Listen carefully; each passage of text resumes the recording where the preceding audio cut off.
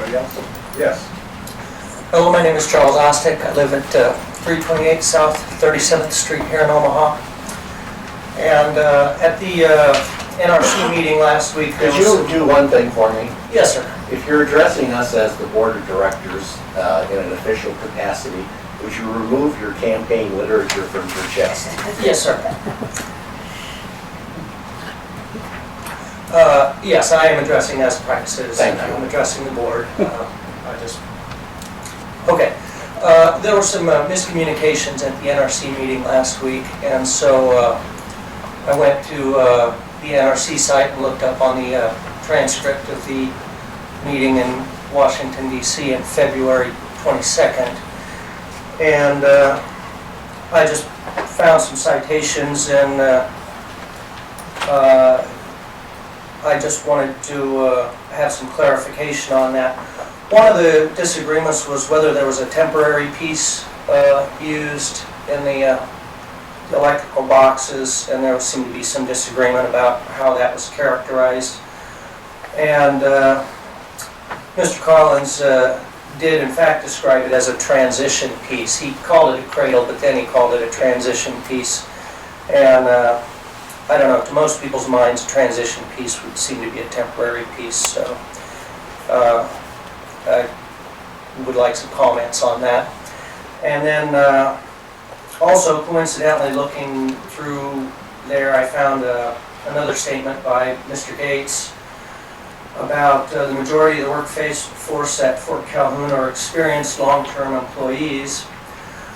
But I think either later in the same transcript or somewhere else I could find a citation and send it to you someplace later. He said that like within this next 6 or 7 years, and this is industry-wide, that look at like a workforce in the nuclear industry is most of the engineers and people there having less than, say, 5 to 10 years of experience. And I wondered, how are those two statements consonant with each other? You either have majority experienced long-term employees, or you're going to have a majority of people without that many years of experience. And this goes to the whether or not there would be resources to deal with the problems at Fort Calhoun or not. It was said that there was a commitment to have as many resources as possible to do all the work required, but then last week there was an admittance that parallel investigations to the 1B4 and 1B3 breaker boxes were not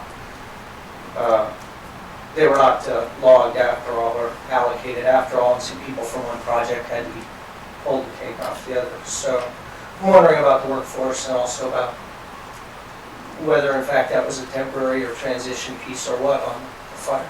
Those are my two basic questions. Thank you. Welcome. Thank you, Mr. Baxter. I was going to say, I could handle this. Go ahead. You referred to the transition piece, or the cradle. And all the cradle does is, these are General Electric metal-clad switchgear. And we went out, and as we're required to do, we went out for a sealed bid to get the most cost-effective solution for replacement breakers. And the most cost-effective solution was to use a different breaker vendor, that would be Square D. And in order to have them properly make up with the bus bars in the GE switchgear, they use a transition piece, which basically moves the stabs from up here to down here. That's all it does. It's not a temporary modification, it's a full-blown modification. It's used throughout the industry to just basically make sure that this switch, make sure the breakers properly align with the metal-clad switchgear that we have in our plant. You also talked about the experience of our workers. The majority of our workers at the Fort Calhoun station are experienced workers. They're my age type people. I've been at the station for 29 years. We also recognize that no one is going to be here forever, and so we actively recruit. In fact, we bring in a lot of students from various colleges, universities, trade schools, etc., and train them. We bring them in, we train them during summer courses, and they go back to school. We recruit them actively. In many cases, we look at our demographics and our retirements that are coming, and if possible, and if costs allow us, we'll hire those people in early When we do bring in people, we have a very extensive training program. We don't allow people to work untrained, whether it be a craftsperson or an engineer. They have to be qualified to be able to work in the plant, and do work in the plant.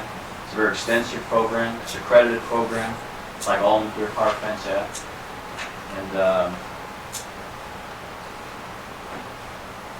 you referred to when we had the issues this summer with the flood, and we had to make decisions and deploy our resources where we thought was the right places in order to restore the equipment. The electrical bus and the fire was obviously a large restoration project. We also, keep in mind, had quite a bit of water on site that had to be monitored each and every day. And so we had to obviously deploy our resources for protection of the site through the flood and monitoring of the different systems and et cetera that we had in place for that, and then to do the restoration on the fire and the breaker failure. And so in hindsight, had we deployed more resources on the restoration of the breaker, we probably could have got it done maybe a little bit different. But that's a decision, and it was a learning that we had.